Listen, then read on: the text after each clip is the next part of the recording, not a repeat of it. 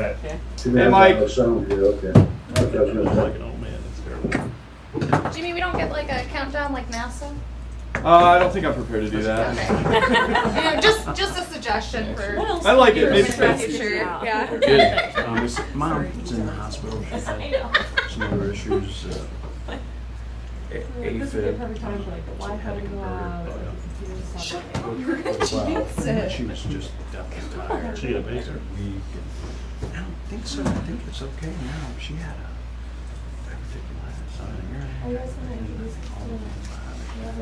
David, are we just waiting for Doc, you think? Is that what we're? I just talked to him, we're good to go. I literally talked to him 20 minutes ago, he called me. I got back, I replied, tried to nudge. Yeah, him. no, he's good. I'm gonna be working with John. John's gonna be his point person on it. Perfect. So I'm gonna get the committee together. They're good with what I've suggested. So I'm gonna start executing.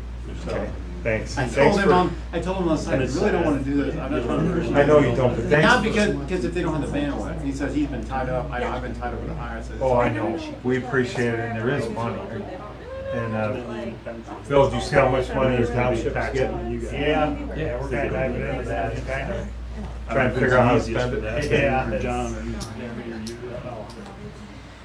Okay, I do. I thought you did. it's 10 o'clock. So we'll call this meeting on Thursday, July 8th, 2021, Senate County Commissioners to order. We'll start with the pledge. I pledge allegiance to the flag of the United States of America, to the republic for which it stands, one nation under God, indivisible, with liberty and justice for all. Commissioner Schuff will lead us in prayer. Thank you, Commissioner Paradisa. Dear Lord, please help guide us as we go to discuss business for the county, finances, property, personnel, and safety services. Please help give us your guidance, have us do your will. Please help to keep our residents safe and to give us your wisdom and do your will. Amen. Amen. Valley, roll call.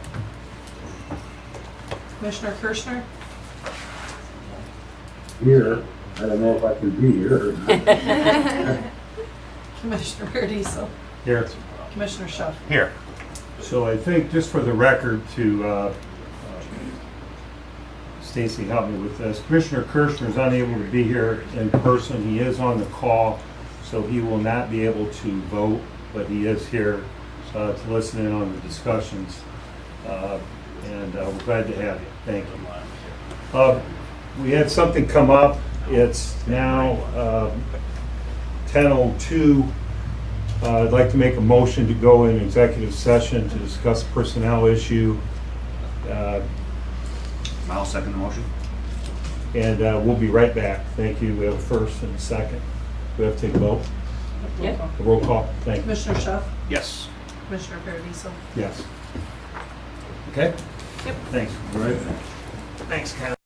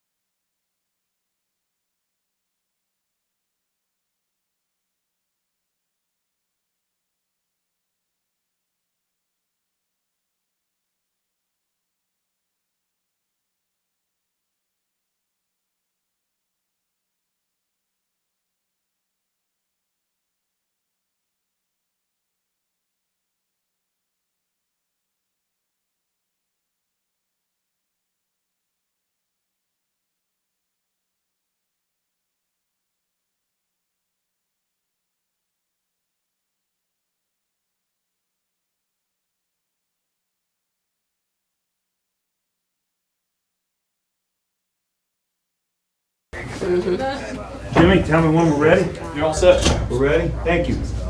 So we're out of executive session. It is 10:21 a.m. Do we need to take any and there was no action taken? Are we You can do roll. roll Commissioner Paradiso? to come out of executive session? Yes. That's what we're doing. Yeah. Yes. Yes. Commissioner Schuff? Here, yes.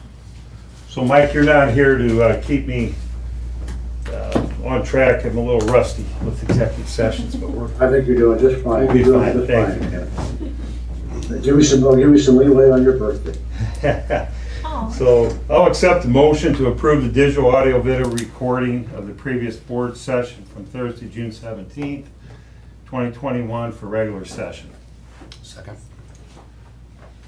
I made the motion in second. Roll? Oh, Commissioner Schuff? Yes. Commissioner Paradiso? Yes. Hey, we're getting it. getting it, yep. Come on, everybody. Thanks. Okay, county administrators report. Let's do Stacy. we had a 10:15 bid opening. So we'll do that one quick. I only have one.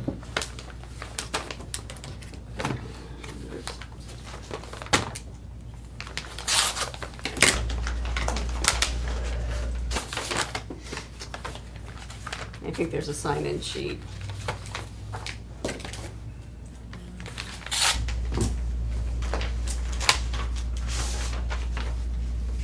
Okay, this is for the County Road 52 pavement widening resurfacing project. The engineer's estimate on this project is $260,466. So 260,466.00. The bid I have is M&B Asphalt out of Tiffin, Ohio. Their bid amount is $281,893.50. 281,893.50. Just one bid? And that's, yep, just one bid. So we'll turn that over to the engineer. Yep. Okay. Okay, administrator report, still kind of catching up from vacation, but I think I have some end of month June numbers. Our revenue for June was about 1.4 million. So total year so far is 9.6. Expenses for June was 1.1, and total for the year so far is 9.6. I did want to let you guys know, I don't know if you've seen the thank you cards. We've got an email from the prosecutor's office, from juvenile probate court, and also from one of our maintenance workers wanting to thank each of you for the premium pay that they received. They really appreciated it, and everyone signed the thank you card. So That was nice, yeah, we've been getting a lot of thank yous, so I wanted to make sure you guys knew that. thanks. So I think that's all I had for today. And at 10:30, we have another opening. Yes, yep. Okay. So commissioner report, Commissioner Schuff. Thank you, Commissioner Paradiso. As Stacy previously stated, yeah, we're getting back into the swing of things here with getting the office open back up and just coming off vacation. But during the break, I did sit in through the TSEP interviews. Wanted to congratulate Karina Haynes on getting the new position. Out of the interviews that they did have, they had some really great candidates that came out of that. So it was nice to sit in through those meetings and kind of get to meet the people and see the different personalities and qualifications. So I was happy to represent the commissioners on that. Also got to attend a city council meeting for Tiffin. They're discussing the riverfront project, so there was some very good debate and dialogue going back and forth in there, but they did pass that as far as the extension goes on a 4-3 vote. In the next 2 or 3 weeks here, I'll be announcing the Seneca County sweep. What we're going to do is we got a group of volunteers, and then we're going to work with some of the local village mayors and city mayors and different volunteers, but we're going to be hitting a different city or village every 2 weeks, and we're going to go out and take our brooms, dustpans, some shovels, go go down and clean up the downtowns a little bit and just kind of help keep our downtowns clean. So get some volunteers around for that, and I'll announce that the next meeting, the date, and the first village that we'll do. I might have to get some T-shirts or something. That's a good idea, yeah. Some staff something shirts. sweep or whatever. Seneca County sweep or sweep up Yeah. Seneca County, that's a good idea. Audrey, you come up with something. Okay. I'm thinking like a Mary Poppins, like Yeah. go with your broom. Like, yeah, you're gonna do chimneys too, right? Sure. Throw it on the list. Oh boy. Thanks for volunteering, Calvin. It's a good, I think it'd be a good way to get out to the different communities and the different townships and villages and get people out and about. But I've been working with Jason Varney out there at Ariana House. They've got some volunteers and they've got some people that need service hours. So put it to good use here. We also got a Seneca County EMS training and equipment grant, so pretty excited about that. And then last but not least, I've been working with the Seneca County FOP, which is the Fraternal Order of Police. We've been working with Ace Hardware, Walmart, Lowe's, and we've actually received some donations of these blue LED bulbs. So in talking with the FOP and some of the local police departments and the sheriff's departments, I notice as you go through town and you'll go through the county, you'll see the different blue lights out on the front porches or out there in the front yards. We're going to try to light up Seneca County blue just to show our support for our safety services and law enforcement. So that's something we'll be rolling out here this week. So if you would like a free bulb, you can get a hold of Jimmy Flint here. We'll send out the link on that today, but you can email him if you'd like a bulb, and one of us will come install it for free, and doesn't cost anything, and just show support for our safety services. Thanks. That's all I had for today. Good. I just have a few remarks. I've been gone for 2 weeks, so I've just been going through emails, voice messages, so if you sent me one and you haven't heard back from me, I need another 24 hours, right, Stacy? Yeah. But it's good to be back. A few things. Thursday, June 18th, Stacy was on text and up till 10:30 at night. Is Friday a federal holiday or isn't it? And / state holiday. It had been declared a federal holiday. And we really, it was 10:30 at night, so we just let it play out, and the county was open for business on June 19th. So Juneteenth is now a federal holiday, a state holiday, and we will be taking some action to basically recognize that, and all county employees between now and the end of the year will have a day off in recognition of Juneteenth. There are a few electeds. I see Engineer Zimmerman in here, and I know the auditor's office, they've already worked with their people for the day off, but we'll be, that's part of the resolutions that we'll be addressing at the end, right? Just wanted everybody to know that it was a little hectic, and we appreciate the day and want to recognize that we just couldn't react at 10:30 at night, right? Yeah, didn't feel that that was the best interest to the citizens of Seneca County to close on them the day before. That quick. We had business to take care of yet that day, so we weren't prepared. So we, just going through a few reports, our Health Commissioner, Ann Goon, has sent out a really nice newsletter, and things have opened up. We're walking around without masks, we're meeting live, we're shaking hands, it's great. But we do have pockets in the county that are under 35% vaccinated. So we want to continue to encourage those that haven't been vaccinated. It's not a matter of access anymore, it's just a matter of personal preference and time, I think, to get the vaccine. But there are some concerns with the Delta variant that, pockets that are under vaccinated, we could have a flare up. So Ann will be speaking more about that. Jimmy, I know you're on it. There'll be some pop-up opportunities throughout the county, but we want to continue to encourage people to get vaccinated.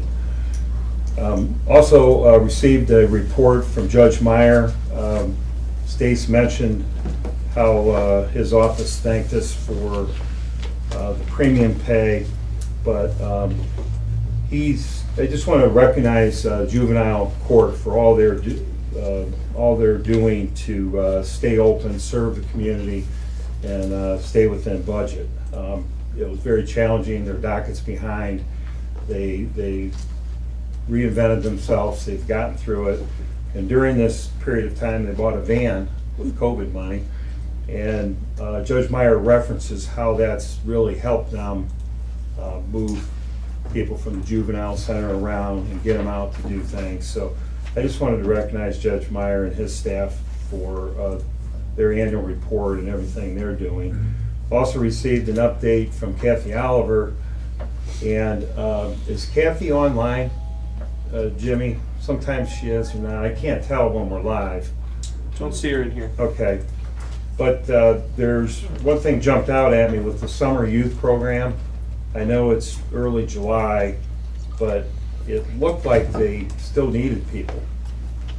There's money for this, so we might want to push that back out. Kids looking, summer youth looking for jobs, there's money there to pay you. We just need you to sign up. And that's basically what she's saying here. We have money, we need people. So that's really all I have today. We have a 10:30 opening. I'll turn it back to Stacy. Commissioner Kirscher, would you like to say anything?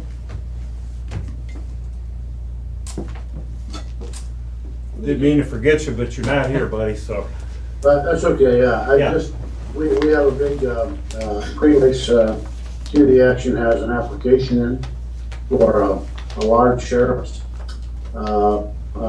potential amount of money to take care of a number of items that we've been discussing over the years. For over the last months, we do have some match money with that, but it might be like a 3-to-1 match. So stay tuned. It's a large amount of money, and we'll know within the next couple of weeks. Yeah, that's a huge grant. Anything else? No, other than preliminary conversations regarding probation department in the county, and again, that's something for future discussion. Okay, more to come with that. Stace, back to you. Just trying to get some of these open. This is for the proposals for the, what did we call that? The application for deposit of monies. We did an RFQ, and it looks like we've gotten 4. I don't have a lot of information. I'll read the banks. There's a lot of detailed in the amounts of money that I'll let Paul review. I talked to him about it this morning a little bit, so I'm just going to kind of let you guys know what banks have submitted, and then I'll let Paul review these and get back with us on his recommendation, and then he can explain. And I know Mike knows more about these. He actually had to fill some out back in his bank days. So this is the first time I've done one of these. Paul thought it was a good idea to get, the RFQs out there. Mike mentioned that. So so it looks like I got 4. I've got one from Old Fort Bank. I've got one from US Bank. And I have one from Fifth Third Bank. And then this one is going to be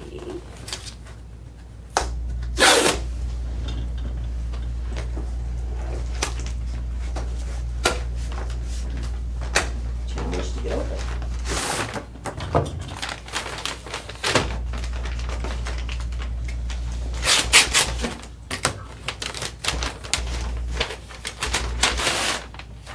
And this one is Huntington. You can tell by the green. Yes.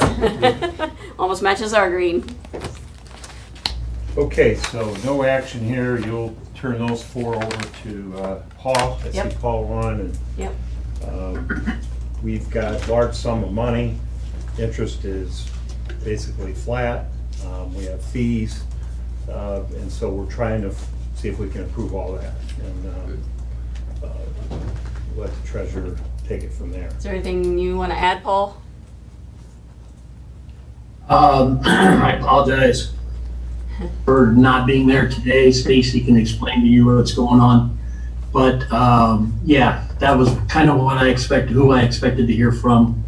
And I think we probably will see a dramatic decrease in the amount of service charges and fees, depending on which bank we go with. So I will over those as quickly as I can and get back to you soon. Anything else? Nope. So, next, at 10:45, we have ODOT, but it looks like they're here, right? Is everybody here? Should we, did you want to introduce them, Mark? Or should we just? I bring them think up? Patrick, I don't know if you're gonna be, Yeah, I think you're gonna Patrick talk. McCauley, our Deputy So District this is- Director. Okay, go ahead, Patrick, introduce Actually, yourself, just please, Stacy. right up here. Okay. So what we have is our Same annual one you meeting with emailed. ODOT. us? It And, might be, it probably is. Okay. Appreciate you here. Now, this is 2021, so there's cameras everywhere. Yeah, Okay, yeah. so, good. So there is no best side anymore. There's no- There's no best side. There was never a best side, so. And thank you for coming, because last year COVID hit and we didn't meet, right? Correct, So, yep. thank you. And I think we have two new commissioners. I think the last time we were here, I think Commissioner Kirschner was here, but we had two other commissioners. So we're happy to be here. Thank you. We're always happy to be in Seneca County. What we're going to do is I'm going to focus on kind of the high level stuff, what's going on at the state, what's some priorities, what's some governor initiatives, things like that. And then we're going to kind of hone in on district functions. And then we're also gonna hit on like what our maintenance crews are doing here as well. So I have a number of people with me. I'm Pat McCulley, for the record. I'm the District Deputy Director for ODOT District 2. Mark Bressler, Highway Management Administrator for District 2. Phil Sen, District Construction Engineer. Brian Spiro, I'm a manager out at the county garage. There's Brian. Hi, Brian. So obviously you probably know Brian. Actually, Phil Sen is our new District Construction Engineer, so he oversees all the district construction. He is originally from Attica, the great village of Attica there, and so so you got a hometown presence there in the district. You're heading up our construction program, but okay. So again, I introduced everybody there. There's some pinch hitters. So Brian French, Phil's going to pinch hit for him. Jeff Lerke is our regional jobs and division of jobs and commerce. I know David probably works with Jeff quite a bit, so I'm going to do my best impersonation of Jeff Lerke later in the presentation. I'll keep it cleaner than what he usually does, but we'll kind of go through that. So first item I wanted to talk about is traffic impact. So obviously with the pandemic hitting, people generally are driving less, but what we've also seen is truck traffic has actually increased. This ultimately impacts our budget. It impacts Mark Zimmerman's budget, impacts your city's budgets when they get gas tax revenue. So what we're seeing here is you could look in March of 2020. I know it's hard to read, and these are all comparisons to 19 just to get a clean comparison. And you see the stay-at-home orders hit, truck traffic's on the top, car traffic's on the bottom. Trucks go down by 18%. Cars go down by 48%, so almost 50%. You start coming out of it a little bit, it starts levelizing to what we are looking at today, and really truck traffic is actually up double digits compared to 19. Car traffic is still down double digits essentially compared to 19. We saw a little uptick in May there. In February, we've gotten some questions in some of these commissioner meetings of why February was a dip. There was just some snow events that caused it compared to 19. But overall, like I said, truck traffic's going up. So you might think, oh, they balance each other out. They do not. Usually diesel is about 25% of our revenue, and gas is about 75%. So they do not balance each other out. But I think it was somewhat unexpected to see truck traffic go up by as much as it did, even during and in the midst of the pandemic. So, next slide, please. This just goes by region. So this is the last 6 weeks, so it's a little more focused. I'm colorblind, but I've done enough of these where the second column is Northwest Ohio. But Northwest Ohio is kind of, they're right in the average with everybody else. Northeast Ohio, as you can see on the chart, they have less traffic, or their traffic's down the most in Northeast Ohio versus the rest of the state. Next slide there. This was kind of more of a question in January and February we got, but you know what, we already had the slides, so we threw it in there. Christmas Eve, traffic was down 21%, Christmas it was down 40%, so if you were curious about that, or you were staying up at night thinking about what traffic was doing on Christmas Day, that's what it was doing on Christmas Day. Good trivia. So receipts. So this is the dollars here. So what you see is the original budget. So this is the original budget, imagining the pandemic didn't happen. What we did in our fiscal years, July through June, what we did for the remainder of fiscal year 20, we projected down 30%. So we project the receipts down 30%. So you can see the revised projection. I know there's a bunch of numbers up there. Don't worry about that. And then going into fiscal year 21, which we just got out of actually, because it's past July 1st, we projected a 10% decrease in receipts. So our actual reductions, it says projected actual reduction, and I can go into why it's actually projected actual. We'll just call it actual reductions. We're at 14%, 33, 27, 10, 7, 10, 5. The county engineer's office would see a very similar reduction. Typically, we see these receipts about 2 months in arrear. So you can see the difference on the right side, revised to actual. You go to the next slide. Is this 100% of your funding? No, it is not. What percentage of your? So typically it's more 50-50 now after the user fee increase was passed 2 years ago. So not this past transportation budget this year, but the one before, which would have been 2 years ago, there was a gas tax increase that took place. It was not increased since 2003 before that. It was more federal actually money before that. Now it's about 50-50, federal, state. So we still get a lot of money from the federal government. That has not changed as of now. Not saying it But couldn't. this is your state money? This is state gas tax money. So this is just strictly state gas tax money. So like Mark Zimmerman's budget's 60%. So 60%. This affects, these numbers affect us 60% of our And budget. then 40's License fees, right? for you. Yeah, Okay, for the. puts us down about $750,000.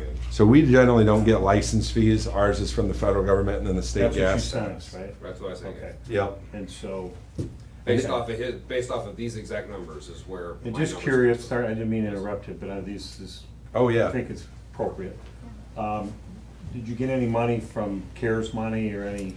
We did get some money from CARES money. To help offset any of this? That did offset some of that, but not the entirety. Of course, yeah. And again, this is still continuing. So this Is that more isn't. for people, personnel, maybe? There CARES was money, some personnel, like we also got CARES money for like reimbursing us for masks and stuff like that. Yeah. And our folks were, But not for roads and bridges. not.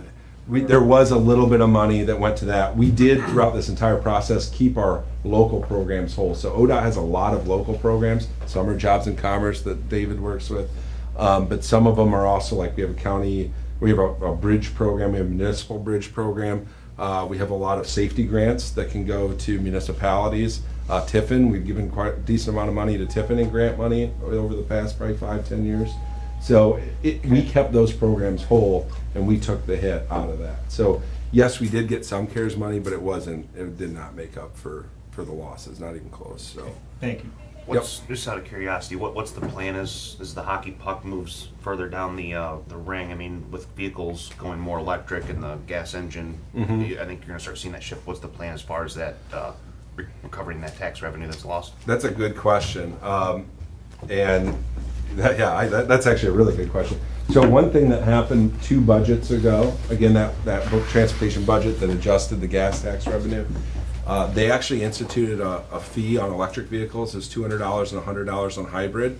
And I know that made some people, the electric owners, mad, but at the end of the day, as a transportation system, the road doesn't care if your car is more energy or fuel efficient or if it's burning, more environmentally friendly or whatever. The road doesn't care. So they did institute that and I think they had a lot of foresight. Actually, that was not in the governor's original proposal. The legislators put that in there to help properly address that disparity as far as who's paying. What it comes out to is I think AAA or some organization, it's about 13,500 miles on average a person puts on their car a year.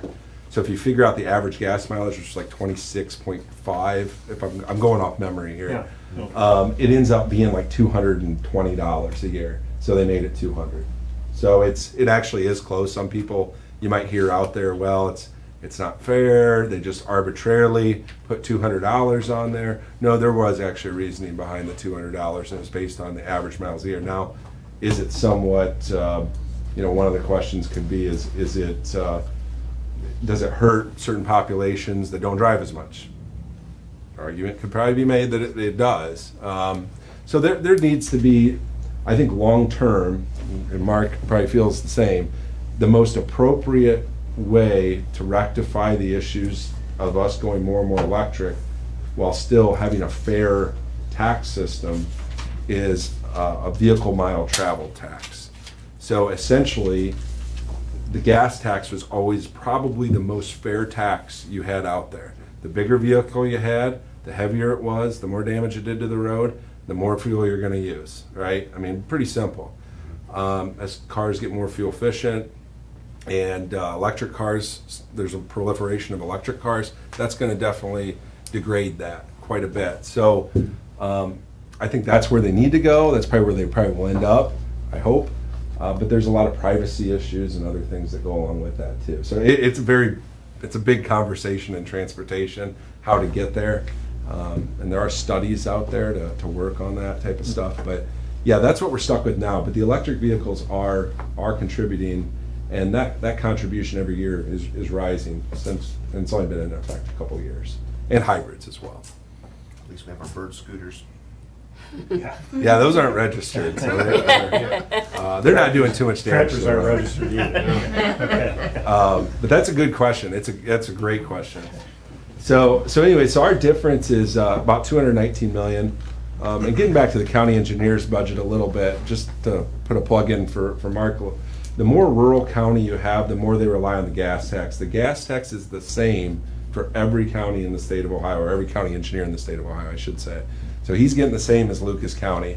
He's getting the same as Franklin County.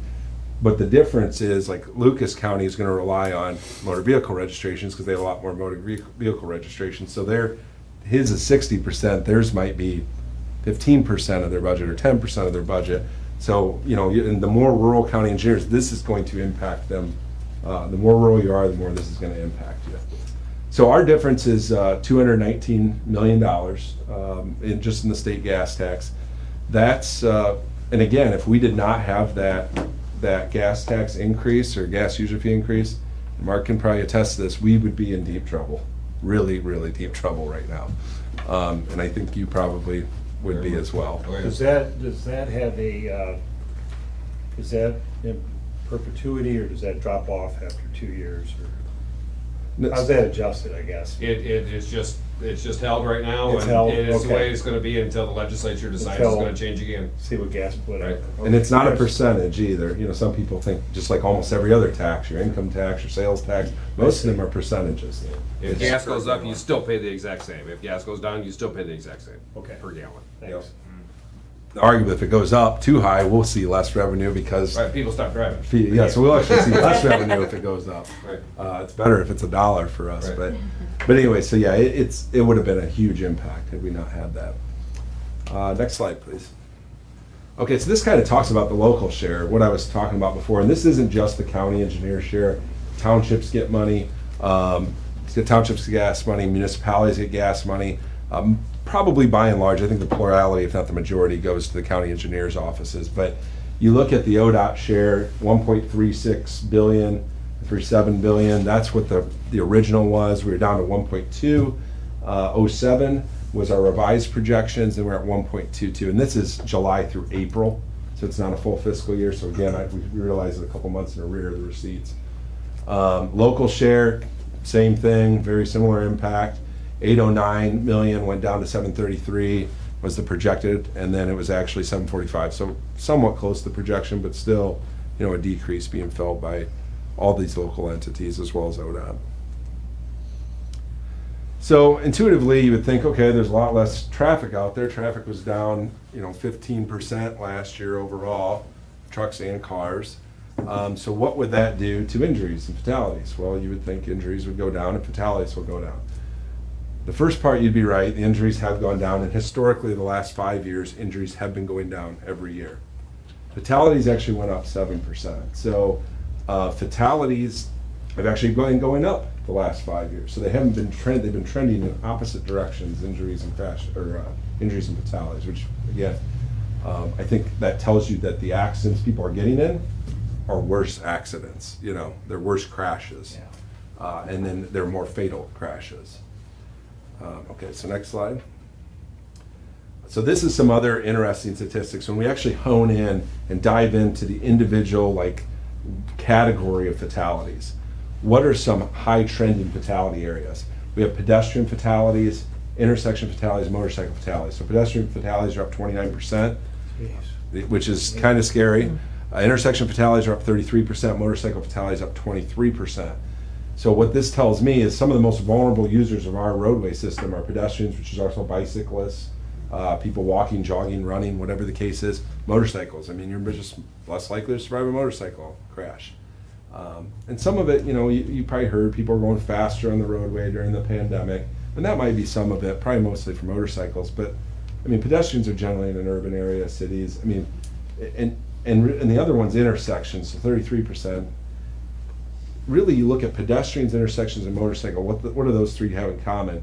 It's areas people got to pay attention the most. I mean, you could contribute some of that to speed, but that's areas where people got to pay attention to the most. So are people paying less attention? There's less cars out there, so you can't say that it's more traffic causing this. You think it's due to cell phones, or what's your theory? Yeah, that's exactly where I'm getting at. And the cell phone, I think people got more attached to their cell phones during the pandemic. I mean, you've been sitting at home. I mean, when I sit at home, I'm on my cell phone more, So, and that kind of goes to the next slide. The governor, as well as there's state legislators that introduced in the House of Representatives a hands-free Ohio bill. A number of states have actually instituted this already. That doesn't mean you can't use your phone. It just has to be on Bluetooth or hands-free. Can't be watching TV. I mean, I've seen people on 75 watching TV on their cell phones. That's not really safe. So these are some of the states that have done it. As you can see, partial bans you see in the South, all drivers you're seeing in the West Coast, Northeast, and even some in the Midwest as well. So if you go to the next slide. So some might ask, what's that doing to the numbers? What's the statistics? What's the data to back it up? As you can see, some of these states introduced them many years ago. Some recently introduced this. They don't have good data yet. But a lot of these states are seeing double-digit increases in fatalities. If you remember what I said before, for the last 5 years, Ohio has seen an increase in fatalities every single year. Now, they saw one of the biggest increases this past year. If the nation is following that trend, the nation's following the trend, and the nation has seen increase in fatalities every year the last 5 or 6 years. And their injuries have gone down too. So we're doing kind of what the nation's doing, right? But when you look at these states that passed a distracted driving bill, you can see that the statistics are showing that there has been a decrease in fatalities. So I think that kind of goes hand in hand with some of those statistics we're seeing in Ohio. If you go to the next slide. All right, do you have any other questions on the stuff I presented? Because I'm going to turn it over to our construction engineer. That's good, Pat. Thank you. Okay. Well, I'm going to turn it over to Phil Sen. I'll be back imitating Jeff Lerke a little later, but Phil? Yeah, good morning. Good morning. So we do have some work going on, and I'll do my best. I did get an update from my project engineers on what's going on, but you can kind of see what we've going on out there. A lot of culvert work is going to happen. We've got a lot of road closures with that. Most of these jobs, we are still working with the contractors, figure out kind of schedules and time frames. I'll just run right down my list here, though.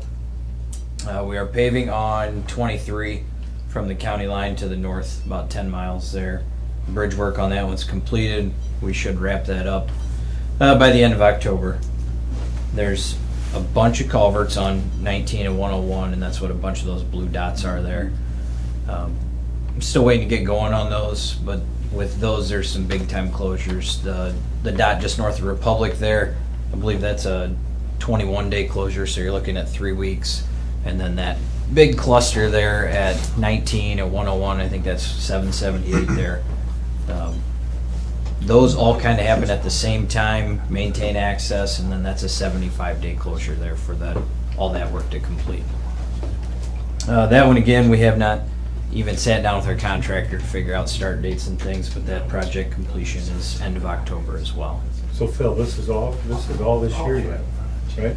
Yes. So do Yep. all this? Okay. Yep.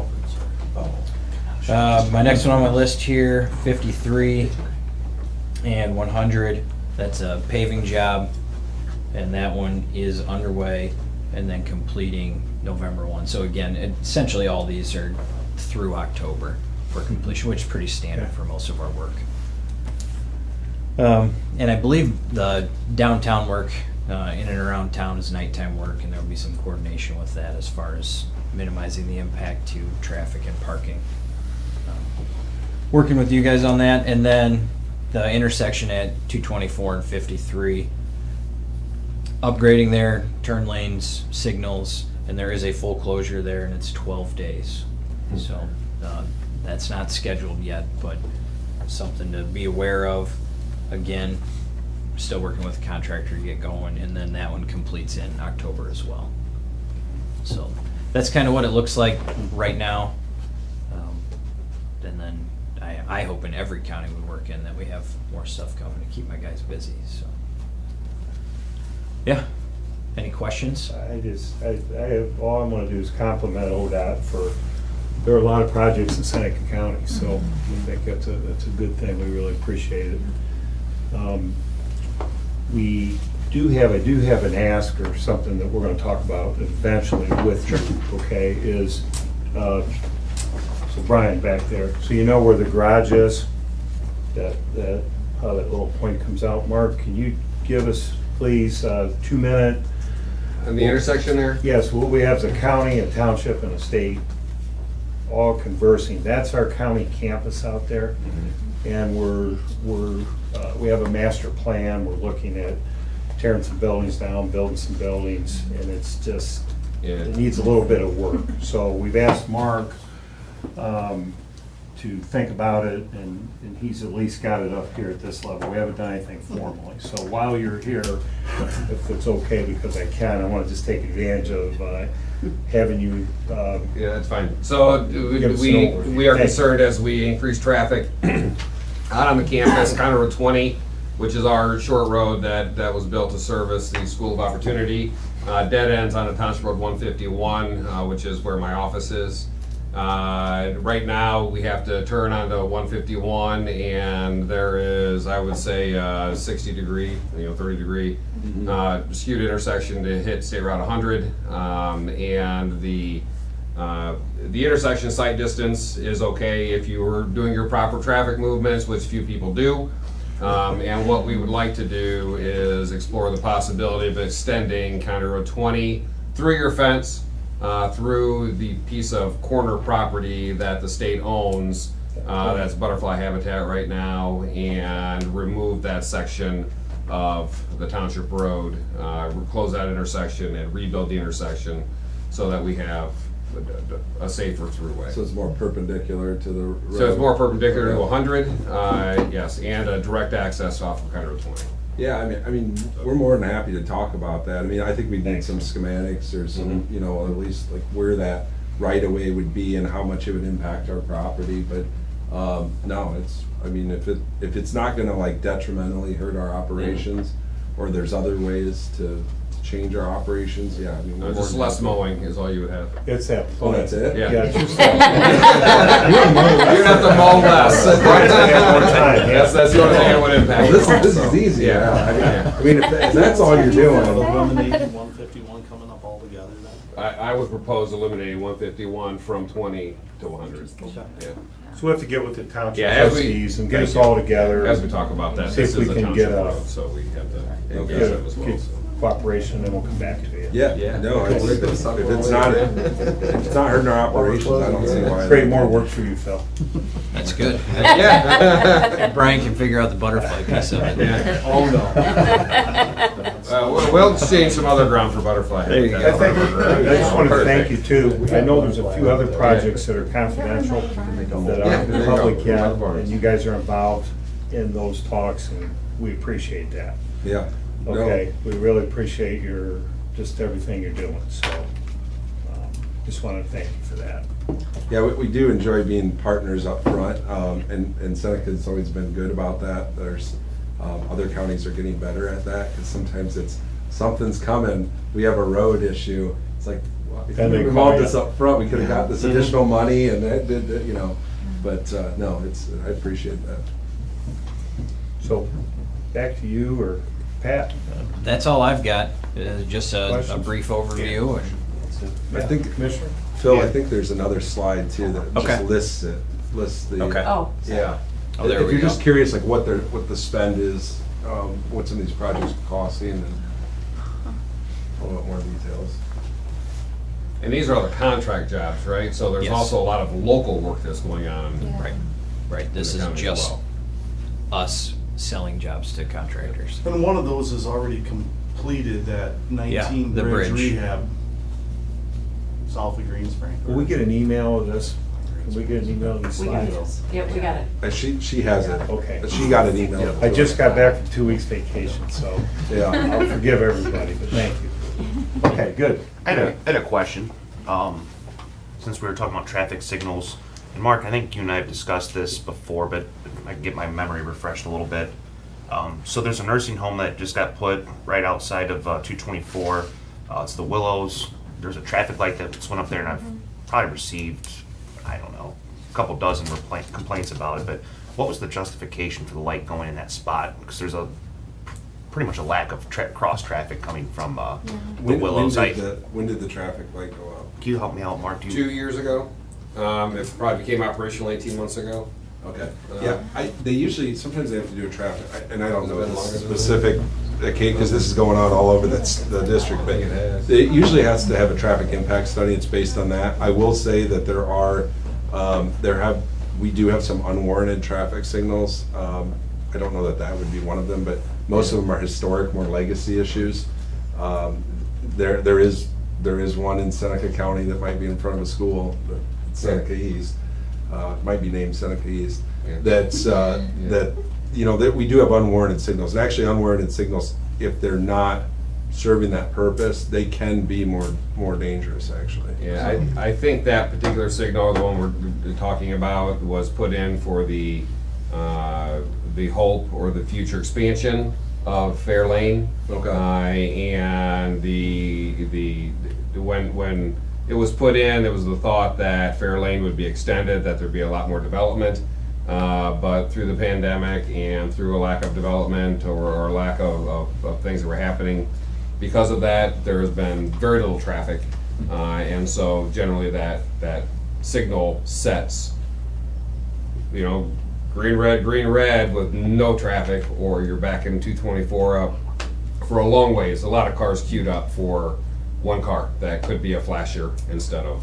Okay, so in that, I mean, we could explore that. I will say that these traffic impact studies, they generally, when they're developing, that's when they do it, right?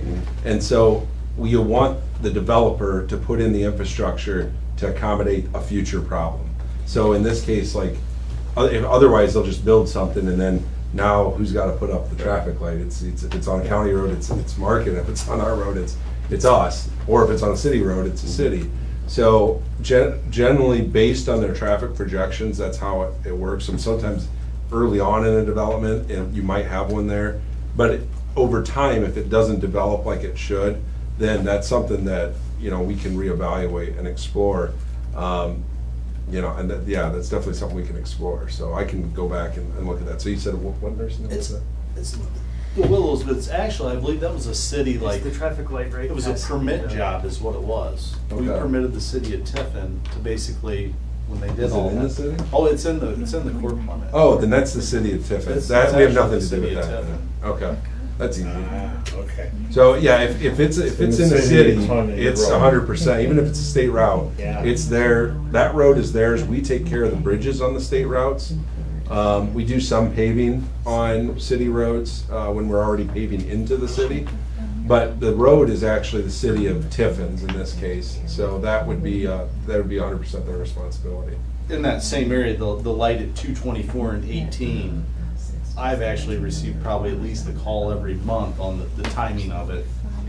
But that light is actually the city of Tiffins. That's not ours, even though it's at 224 and 18. That belongs to the city as well. Gotcha, okay. Have we noticed, has anyone notified the city on the time? I have talked to Brandon Okay. a few different That's all we times. can do. Studies have been done, and that's how the timing was set by the consultant, whoever did the studies. So that's what I tell people when they call. I'll pause and see if Commissioner Kirschner would like to make any comments. Any comments from you, Commissioner? I think he might still be with us. There he is. Put you on the spot there.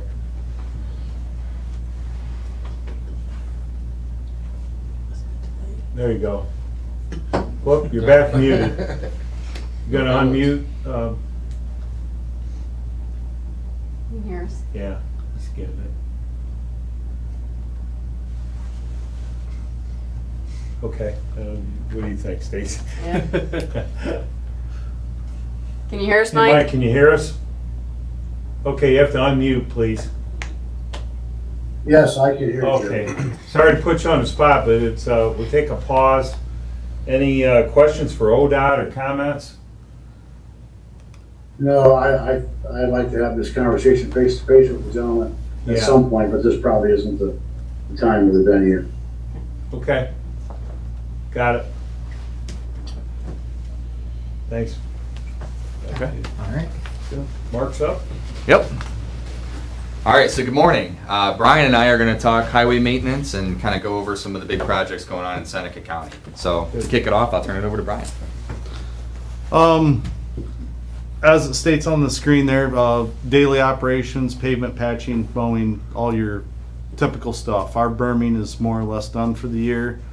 We're slope and ditch cleaning year round, wherever we can when we're not paving. Actually, the next 2 weeks, we're out on State Route 587 from 224 all the way down to the Wyandotte line. We were out there yesterday. Today, the rain scared them off. Back at it tomorrow though, and then the mowing. We do a lot of the growth retardant as far as usually for the first time of the year. We go through year route out there 101. We did not do it though. Weather beat us and we didn't get it done, so we mowed it early, and we actually sent a tractor out today in prep for the 100 job, so Mr. Roomschlag can get it all stationed out for the next job. But the mowing will be whenever we can get them guys out there and get, you know, especially any intersection complaints we address as soon as possible, you know. But the long line mowing, as long as that front 15-20 feet is short enough, you know. The backs right now, we're done mowing back slopes the 10th of July, I believe. So all our wide areas got mowed this past week. We only have a few east of Attica, over on 12 by Fostoria. The bypass can be mowed year round out along 224, 231. How many miles are you mowing? I'm just curious. You go by miles? How do Well, track it? you can go by miles, and I'm just going to go off our snowplow routes. Okay, yeah. We have 425 lane miles. Now, Mark, what do you have? Like, Over 800. You have over 800. But we have 425, and we have roughly 3 tractors, unless I beg, borrow, and steal to get more. But yeah, we just, as the complaints, not that I don't want to, I'd rather beat the complaint to it. You know, if we see it, we send them out. Prioritize, yeah. But the mowing it gets, you know, held back a little bit, you know. But other than that, it's not on there. I think if you go probably to the next slide. So we have some district-wide crews that come in, and then they work with Brian and his team handling different work on bridges with deck patching, sealing, spalling damage. Drainage crews coming in, they'll normally bring our larger excavator and come dip ditches. Brian's crews have a lot of drainage talent, so normally we don't send necessarily personnel, sometimes just equipment down, and then those guys run it very well. Our paving train's been a big focus this year. We have our largest chip seal ever for District 2. We're doing 70 lane miles in-house. We've got 50 of that done, and we've so far hit our best product. Very, very little complaints. You know, we got, not only with experience and operation, equipment's getting better, everything's kind of going smooth so far. Brian will go over what routes we're gonna hit here in Seneca coming up at the end of July. But so far, the chip seal's been outstanding. And then for our paving crew, when they're not chip sealing, they're doing either partial or full depth repair asphalt. So they'll kind of go around and work with each county. If you go to the next slide, please. They work out of Bowling Green. Yeah. And then you deploy them to all the.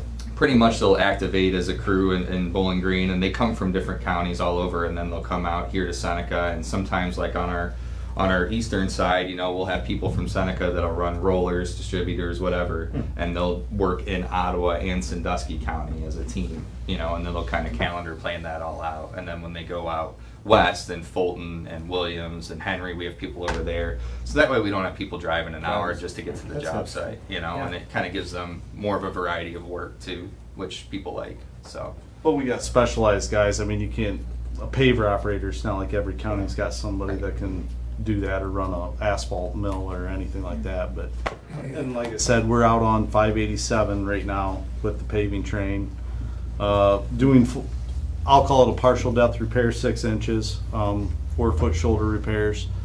We're borrowing District 3's mill because our mill is 5 foot, and if we do that, we almost got to close the road to accommodate 5 foot with a widening box. So we're going 4 foot and getting the biggest bang for our buck, really, is what we're after.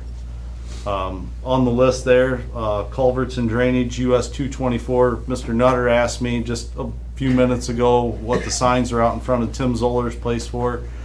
We've actually got 4 culverts between, I'm trying to think of the body shop that's out there, and Tim Zoller's. There's 4 within a mile section. Obviously, I can't do all 4 at once because I'd be landlocking several different households. But we're gonna get 2 next. We actually close on the 19th for just 5 days, but we're gonna do 2 of them, and it's right in front of Zoller, so he can actually go out his driveway and go west, and out his driveway and go east. So we can get 2 of those real quick. The 53 ditch drainage, how do I want to say it? It's exceeded its life expectancy. A couple years ago, I went out there, 6-inch drain tile, and I actually had our jet come out. I had Bogner's come out and try to jet. It's completely full. It's a 6-inch. It's carrying a ton of water. We're going. I'd like to get 1,100 feet of it done this year, and it's deep. It's all Is over. that north of town? Yeah, Or from Fort over Seneca. road? Yeah, From right Fort where I live. Seneca To the drive-in there? to, Past it? well, to 150 around that area. Yeah. Yeah, I see. That makes But some of sense. them houses, you know, they get water, Yeah, they do. and it'll be it's a big undertaking. That's a big job, though. I mean, 1,100 feet of 15-inch pipe, over 5 feet deep. It's a pretty good sized job. State Route 162 culvert, I believe that one's already been completed. 231, that's been completed, but I don't know if any of you drive on 231, but we had a scary one out there. It's 33 feet deep is what it was, and we had to hire a contractor because there's no way we're gonna dig down 33 feet, and Yeah, that was, yeah.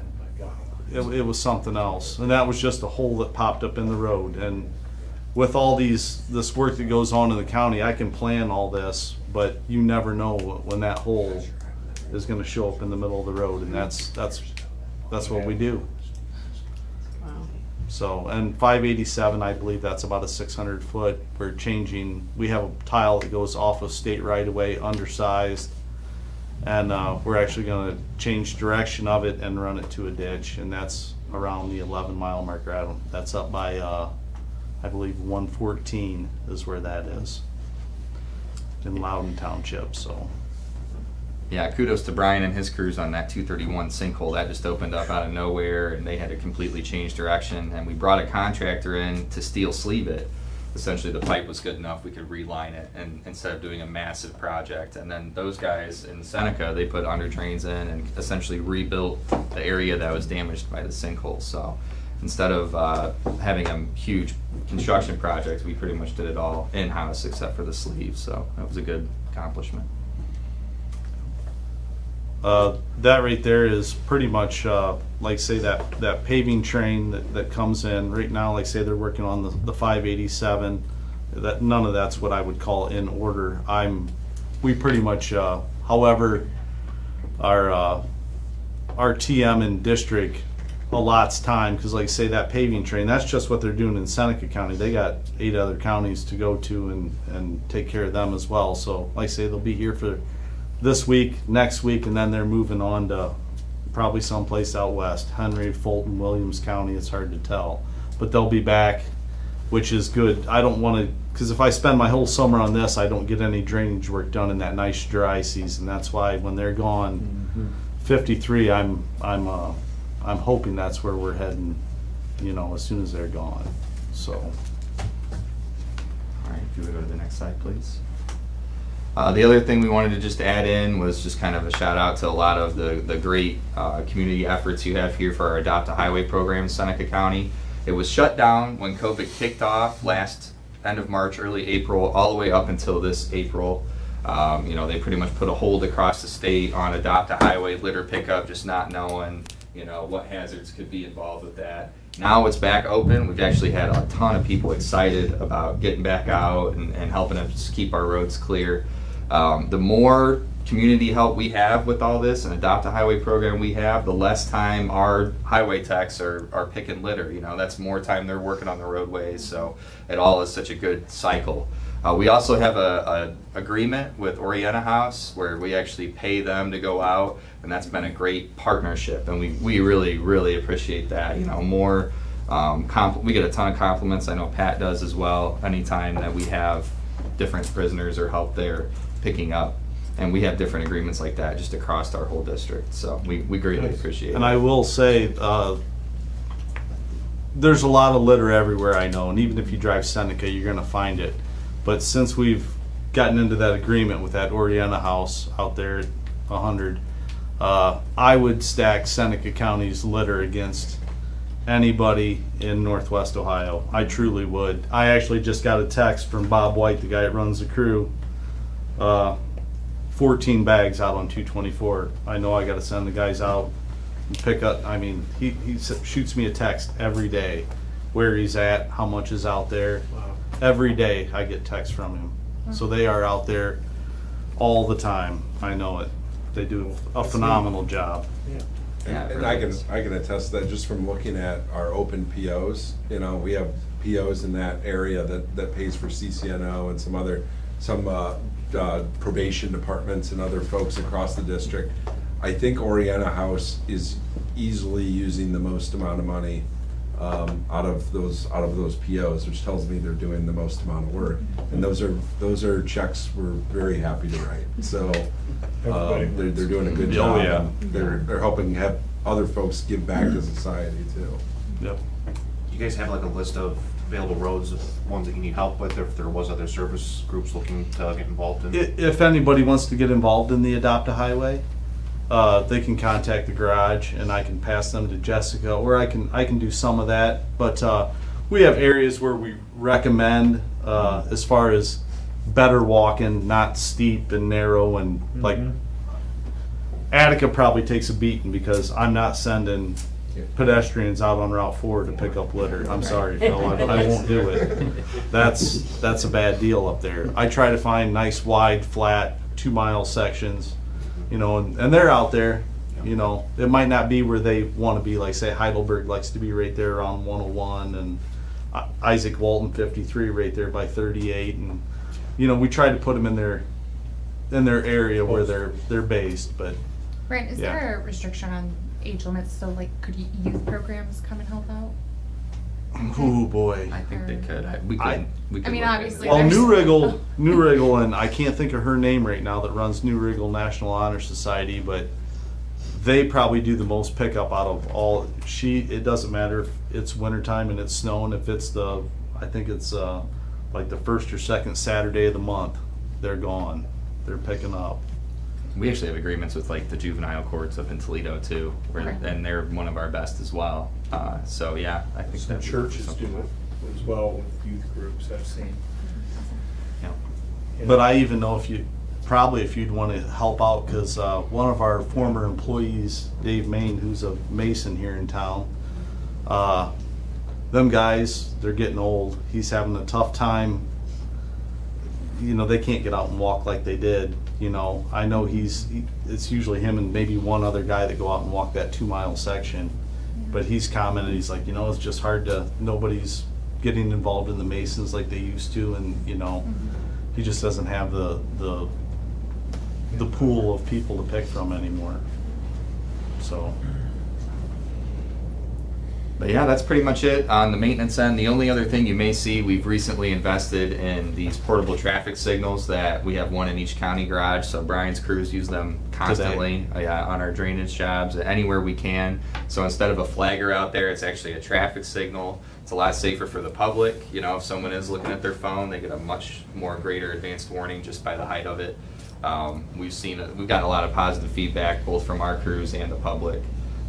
In times where safety's a big concern, it's something that investment's paid off. Heck, we had a crash attenuator hit last night in our crews, so we'd much rather have a piece of equipment or machinery get hit than a person.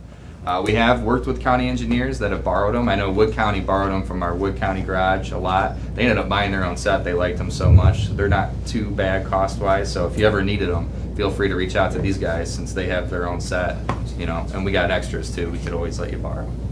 And we would send someone to set them up for you, and all that.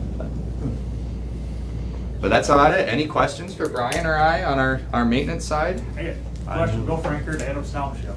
Couple things you're working on the 19-101 corridor there. At the intersection of 19 and 101, when you go to the north, it's kind of tight in there. You guys gonna work on any at the intersection there by the cemetery? The bulk of the work is just the culverts, so it'll just be the pavement right off either end. I'll double check and make sure. Sure. One other thing, get a lot of calls as a trustee on the bridge on 19, about a half mile back where it turns to go to Republic. As soon as they close those culverts on 19 and 101 right there, when they shut 19 down, we're taking the lights out because we'll hammer out one lane, leave the lights up, the next day pour it, and then we'll switch to the other side. But instead of impacting all the traffic, we're gonna wait till it's closed, that way it's perfect, minimal. Very good. So that's the word out on plan. that, 'cause guys, if you don't Oh, see I anybody, know. yeah, I know. Send for you guys, but constantly, yes. Usually the guy, Larry Miller, lives there. When I go have coffee, says, "Hey, you find anything out on that yet?" So tomorrow morning, I'll say, "Yes, I did." So. Yeah, it's in the works, Bill. Good. It's in the works. Very good. Well, thanks for having us. I'll turn it back over to Pat. All right. Thank you, guys. So again, this is my Jeff Lurkey impression, but Jobs and Commerce. So we have a division in ODOT that deals with economic development, specifically the road side of economic development. So they do work with David, and he works with a lot of the Jobs Ohio folks and those are the agencies. But so in calendar year 20, actually District 2 led the state in Jobs and Commerce projects.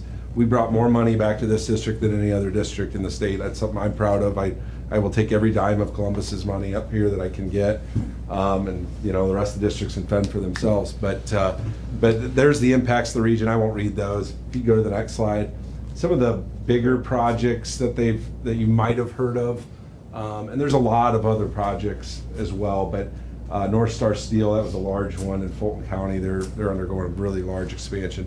UPS Fulfillment Center, that's right across from the CSX Intermodal facility in Wood County on State Route 18. Approximately 50% of the jobs coming in, or the money related to the jobs, is electric vehicle industry. Peloton, I think we've probably all heard of that. They're coming to Wood County. That's good. The other thing I wanted to mention is the TID grant. So part of this last transportation budget, the TID grants were limited at $250,000 each time you asked.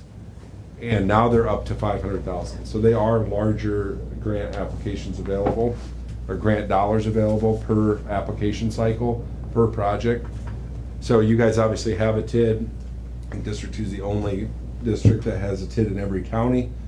The money's there, and I know I've talked with Mark. I know there's some projects with the TID, and there's some other things that Jeff's working on in Seneca County that maybe haven't come to fruition yet, but they're working on it. So I don't have any specifics on anything beyond what's these slides, but I can try to answer any questions if you got any on the jobs and commerce front, but I probably won't do it justice.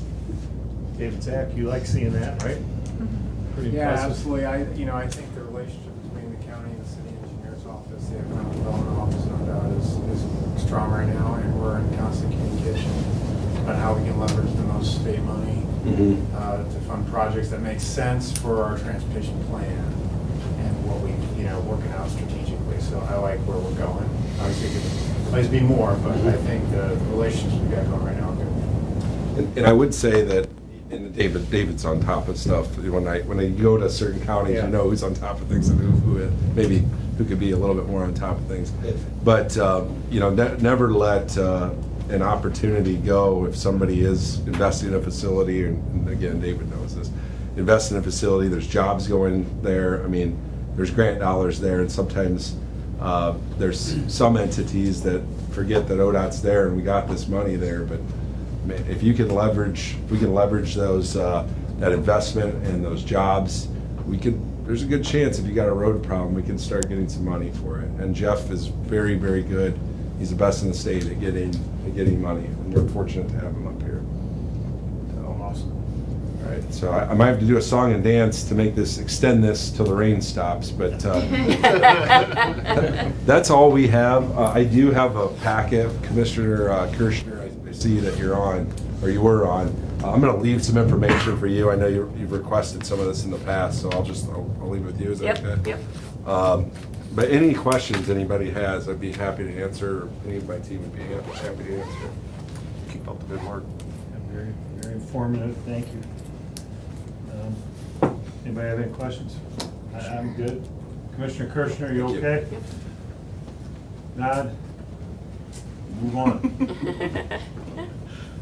Okay, thank you. You're free to leave. Thank you. Go out in the rain. You're not going to get much outside work done today. Brian, but, They were out probably till about now. yeah. Thanks for coming, Mark Zimmerman. Thank you for having me. Thanks for having us. Have a great day. Thank you. See you all. David, nice to see you. Hi, Mark. See ya. Okay, we'll move on to old business. Any old business? Do you want to do executive session? Is Brett? Brett's waiting when you're ready. I just need to text him We when can we're do it ready. now, but I was going to wait till the end, but. Okay, does he have time to wait? Just check Well, with I think he him. does, yeah. Is he, well, do we have any old business? Let's talk about that. I don't have any. I don't have any, Old business. so this might go faster than we think. Okay. We're on to new business, and then we'll end with executive session, if that's okay. Okay, Stace, new business. Yeah, I'm just gonna read these instead of trying to show Okay. them up on the screen. We've got quite a few, since it's been a few weeks, we have quite a few resolutions here, but Yep. that was all sent out in advance, and So I've got a supplemental appropriation request from Regional Planning, putting $16,324.67 into the Melmore Park upgrades. This is to get the remaining grant funds to get the close out through the CDBG 2019 program. I have a supplemental appropriation request from the Common Police 2. This is in their, I think it's their special, let me see, which fund is that? Yeah, for general special projects fund, $850. They're doing, need an additional service provided for the pivot program. So they need an additional $850 into a contract service. I have a resolution from the engineer's office, supplemental appropriation, needing additional $20,000 into the concrete line. I have this was a correction. We put in a supplemental appropriation at the last session for $500,000. It was actually put into the revenue line, so we just need to do that correction to take it back out. That's usually done by Budget Commission, so that's just a correction. And I have a request from the Sheriff's Office for an additional $7,362. This is in the Concealed Handgun License Fund. They've got some Vance, I think that's a vendor, outdoor equipment that they had needed. I have a supplemental appropriation request from Juvenile Probate Court. This is their contract service line out of their Juvenile Program and Services Fund, the 1176, for $3,000 for contract services. They've agreed to pay for the outside window cleaning of the second and third floor of the annex building. And I have a request from Victims Assistance. They need an additional total for her VOCA, $3,352.50 from her into her salaries, Medicare, workers' comp, HSA contribution, hospitalization, and PRS. I have a request.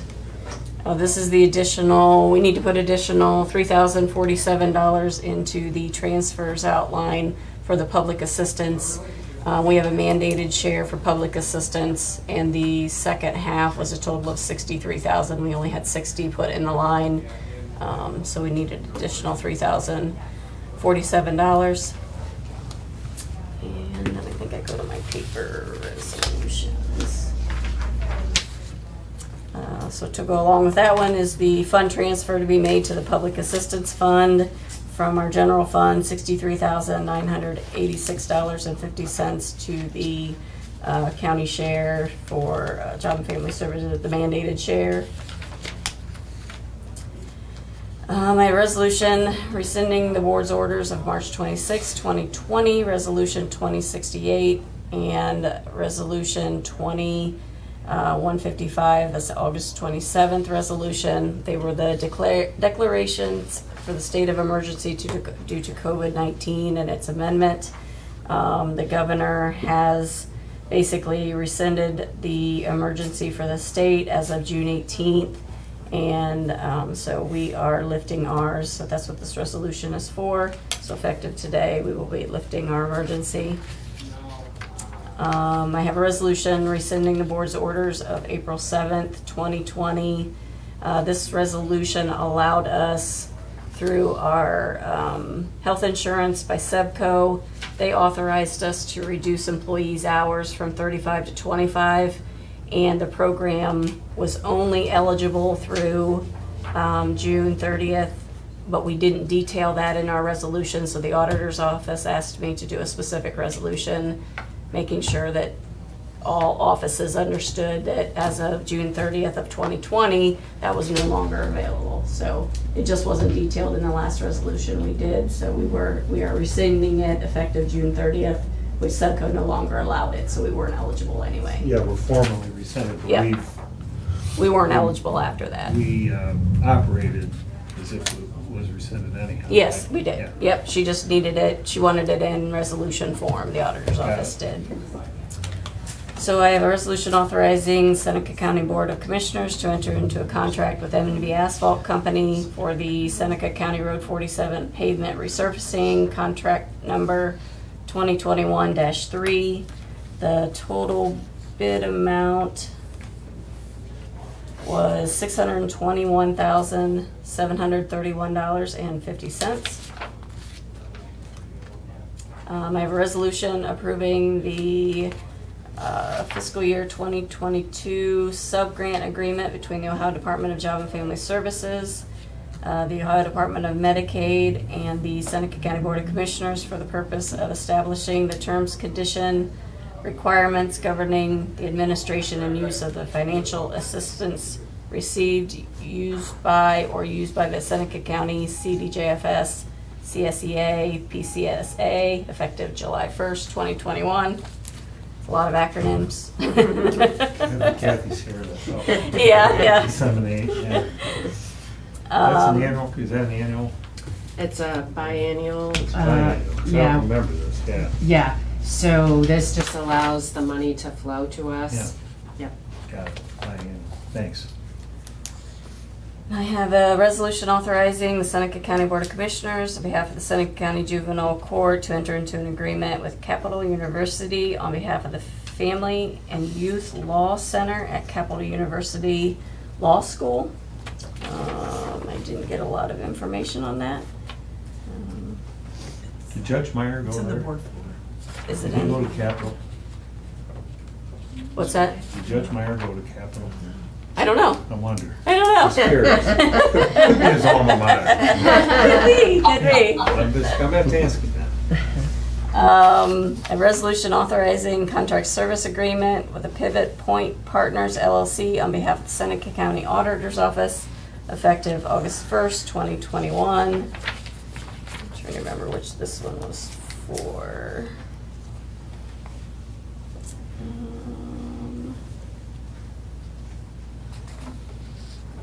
Oh, it's their website.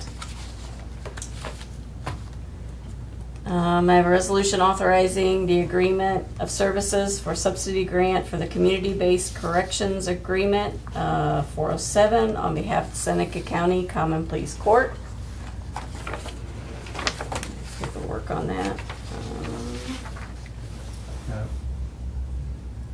Total is $337,952. Equal installments $42,244. I have a resolution authorizing the approval to credit each active employee as of July 8, 2021 with 1 day of holiday pay that can be used anytime with approval from the appointing authority during the 2021 calendar year in recognition of the Juneteenth holiday. As Commissioner mentioned before, on Thursday, June 17th, President of the United States declared June 19th the holiday known as Juneteenth, a federal holiday. Subsequently, the Governor of Ohio also declared the day a state holiday. The commissioners strongly believe the inclusion of Juneteenth as a federal holiday calendar. The fact the bill passed very quickly precluded Seneca County from shutting down services to the buildings on such short notice, since many key functions are in place and are vital to the public. 2021 holiday credit will be called Juneteenth. So we are allowing employees to do what we're going to call a floating holiday, and it will be up to the elected official, the appointing authority, whether they decide to, close a day. Like you said, I think the engineer had closed, Job and Family closed, and I think the auditor's office, they did a dual, like half her staff took off on Friday, half her staff took off on Tuesday. So it gives the department some flexibility throughout the year to allow the employees to honor that day. And then in 2022, it will be recognized as a holiday for us as well, and it will be observed on June 19th. Today, do we need to add beginning June 19th? You and I talked about that, 2021, since those two electeds have already done it. Yeah, it references in the resolution that it's the appointing authorities for any day 2021. Yes, it'll be any day, Sue picks it up, I got it. Okay. Okay, yeah, no, I'm good with it. Just want to make sure we cover it. Yep. Okay. And the elected officials, It's good they. the way you have it, I'm good. Okay. Thank you. And I have a resolution hiring Dan Frankert as an intermittent EMT for the Seneca County EMS effective July 14th. you know, we've got our 4 full-time, but we need a few intermittents to cover when they need vacation. So Mr. Frankert will be joining us. I have a resolution authorizing Seneca County engineer to install stop sign at the County Road 31 private railroad crossing per request of Carmoose. I think I sent you the Tyler, was that the thing you worked on? email. Accident was? Remember that accident? Oh, yeah. I think it is. Yes. Thank you. Yep. Yeah, where they didn't Yep. have a flagger or something? Yep, so they're gonna be covering the cost of this. Mark just wanted us to authorize it by resolution. I got it. That's, did I say County Road? Yep, County Road 31. And then I have a resolution rejecting all bids received on Thursday, June 17th, 2021 for the capital improvements at the Crossway facility. We received 1 bid and it was higher than the budgeted allowed that they were getting for the grant. So legally, we have to reject all bids that we received that day. And then my next resolution is setting time, date, and place to receive sealed bids. It'll be a rebid for capital improvements at the Crossway facility. They're gonna change. They changed a few specs. Actually, the advertisement will be in today, and then again next week. So this will be set for Thursday, July 22nd at 10:30 a.m. here in our office.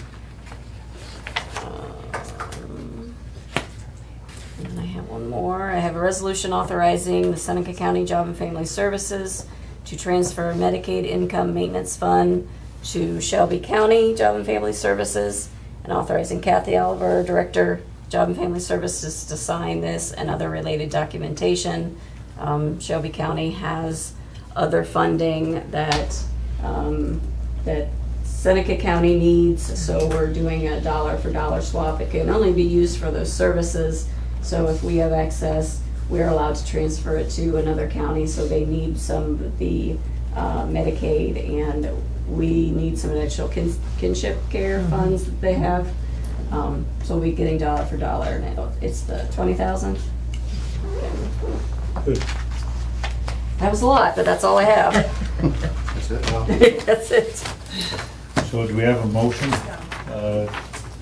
We need a motion, or I'll make a motion that we approve under new business, all the supplemental appropriations outlined by Stacy. Second, Commissioner Paradiso's motion. Okay, roll call. Commissioner Schuff, Yes. Commissioner Paradiso. Yes. So with that, all we have left is public comment and executive session. Should we go, or Kathy, you want to call in whoever?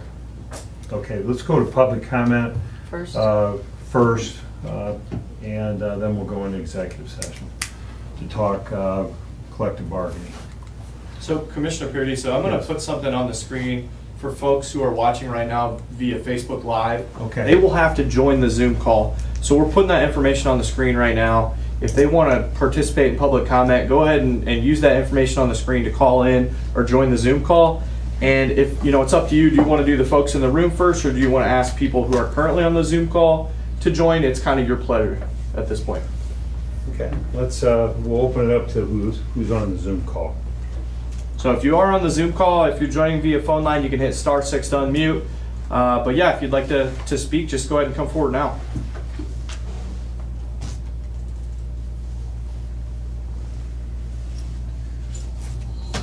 Good morning. This is Teresa Kopp from Juvenile Probate Court.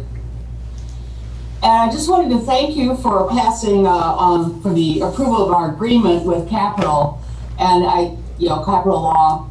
And I just wanted to let you know the reason why we put this forward is because they actually do a pro se,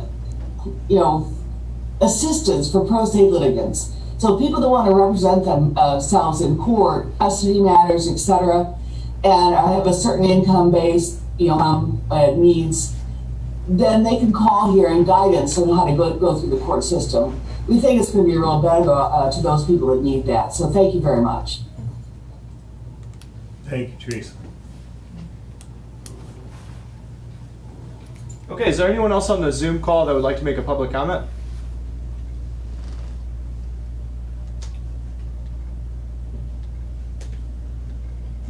Okay, we'll go, Audrey. We're calling on you, Audrey or David, one of you. Flood report. As Commissioner Kirschner would I say. love it. That sounds negative. I don't want That's a good one. There's so much good information. Blood It's like a warning. flood. All right, just a couple things from us today. So Tyler already mentioned, but we did hire our new operations manager. So we would like to have everyone help us welcome Karina Haynes to our team. She starts on Monday, so we could not be more excited. It's gonna make all of our lives much easier. So we're really, really excited about that. Thank you to Tyler for helping participate in that process, and it's been a long process getting here, but we're really happy. So we will definitely bring her to introduce her to the group as soon as we can, maybe next week, maybe the week after. The other thing, Dave and I have put out a lot of information about, not this past Friday, but the Friday before, there was some new programs introduced through the state. There was $155 million in new business grant programs, and there's $900,000 here for Seneca County businesses. So the application opened on June 29th. And it's first come, first serve. So we hosted a webinar, and that webinar can be found on our website. You can also contact David or I directly, and we'd be happy to help businesses get in touch with how to apply for those programs to make sure that they don't miss out on that opportunity. The areas that these grants cover are food and beverage establishments, entertainment venues, lodging venues, and new small businesses that were created after January 1st, 2020, which those businesses were excluded from a lot of the other programs, so this is important for them to know. So we've been trying to get the word out about it as best we can, but help us, especially if you know any brand new businesses or any of the businesses that fit in those other categories, please let us know, and we'll try to help get them connected. The only other Could thing. you email us that information? Sure, yeah, yep, we definitely Yeah, can. just to add, there's 900,000 that's been set aside specifically for Seneca County for those programs. It's fantastic. Through the end of July. And then in addition, there's a bunch of other money that's first come, first served, if all the money is used up. Great. The only other thing from our team today that we wanted to mention is Amy wanted everyone to know that next week, a week from today, is Third Thursday, that her downtown volunteer groups have been organizing, so that features concerts and trivia and that kind of thing. So reach out to Amy if you'd like to know more about that, but don't forget about it. Any questions for the TSEP team today? All right, thanks. Does that have a name, formal name for those funds? The business grants? Yeah, is it called something? It's business Called it- grants. I believe I think it's it's- Investing in Ohio Fund, and then the individual grants are the Food and Establishment Grant. Yeah, Investing in Food Ohio. and, yeah, Food and Drinking Establishment Grant, Lodging Grant, Entertainment Venue Grant, and New Small Business Grant.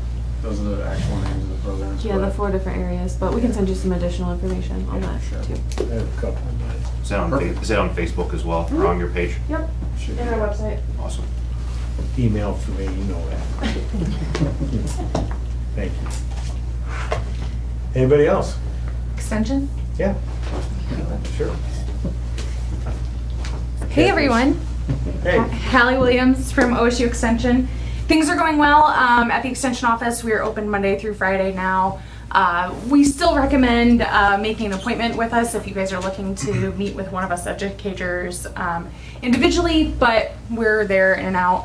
I'm doing a lot of research on farms, so not dress and flats Not typically. cleaning chemical Yeah. spray tanks. Yeah, a little different. But things are going really well. Our nutrition educators with our SNAP Ed program are back in person doing food demonstrations and teaching classes throughout the community.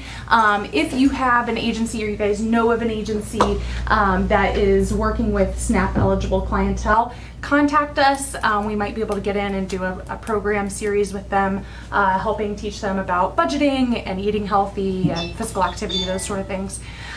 Youth programming with 4-H Youth Development. We had just shy of 90 people attend 4-H camp in June, and then we had another 12 Cloverbud attendees at Cloverbud camp. I believe that was last week. It's all a blur. It's been kind of a crazy month. We're gearing up for fair right now, so we have project judging coming up in this next week, a couple different dates on that. all of our fair projects. So we hope to see you guys out at the fair. Bring your kids out, come have a good time. You guys can see all the exhibitors and all of the projects that they've been working on all year. In my realm, I work with a lot of our farmers, working with them one-on-one about their problems, helping support their crops, whether they're a small farmer or a larger farmer. But I also do some youth development projects. So right now I'm working on helping develop out the skillathon for the county fair. We also have a judging team. Tomorrow we're headed to our first contest of the year, so we're really excited about that. A little nervous, but we're going to do great. So Sandusky County is hosting a contest for the state, and it'll be a really good one this year. It's nice that it's so close. And then most everybody's getting weed off right now, so as you guys are seeing more and more equipment, hopefully everybody got stuff off before the rain this week, but we're hearing record high yields, guys. You know, normal wheat harvest is somewhere around 70, 80 bushels an acre. I heard of an average of 114 today, so that's huge. It's awesome. It's good weather. We've had a good crop year so far. Keep praying for rain. Keep praying for good weather for corn and beans, because we've got some good prices on those this year. We'll also be starting up our exploring program back up in September. And like I said, we're doing a lot of on-farm research, working with our fruit and vegetable producers, Hack Farms up off 53, and then working with a lot of our smaller business farmers through the farmers market. This Saturday, throughout the summer, we have been accepting SNAP benefits. That's our new pilot program with the Market Bank. SNAP benefits, Senior Farmers Market Nutrition Assistance Program vouchers, and WIC Farmers Market vouchers. But we're doing a big WIC distribution this Saturday at the market. So come out, have a good time. If you guys are WIC eligible customers will be able to come to the market and pick those up at the market. So yeah. Awesome. That's us in a nutshell. I could ramble a lot longer, but you guys don't want to hear that. Good news. Thank you. Anybody else? Ben? Any Just comments? glad to be back here in person. See ya. I don't have anything. I'll be getting with you. You know, we have some cool things happening, and I'll get with you in the future. Okay, David, anybody else want any comments? Yeah, the only comment I would add is, and you know, I'm sure Audrey talks about this all the time, being vice president of the Sangamon County Common Ground Board, but just wanted to compliment Hallie. Like, she's been instrumental in, from an economic development perspective, in terms of the farmers markets, and now hooks with the producers throughout the county. So it's not only an economic boom for getting people in downtown to buy things in sales tax in retail in downtown and get them more often, but it also helps those businesses, small and farm businesses out in the county. So it's just neat. And she was really the driver of a lot of that when it came to pass, because she had experience from other communities. So it's the stuff people don't see that I think is important. You know, they think, okay, she just kind of does this as OSU extension, but I think since she's been here, she's really taken that as a platform to really help move the county forward in multiple ways. And I just want to let you know, as the Economic Development Agency, we really appreciate her and what she's done. Thanks, Dave. That's awesome. Commissioner Stacy for how I had that vision to add someone, and yeah, it's good. Yeah, we'd love to see her continue. Yeah, Put that in. it's good. Thank you. So we are. I'd like to make a motion to go into executive session. It is. A few things real quick. You want to add something before we go? Yeah, Yeah. So excuse me. Comment from Commissioner Schuff.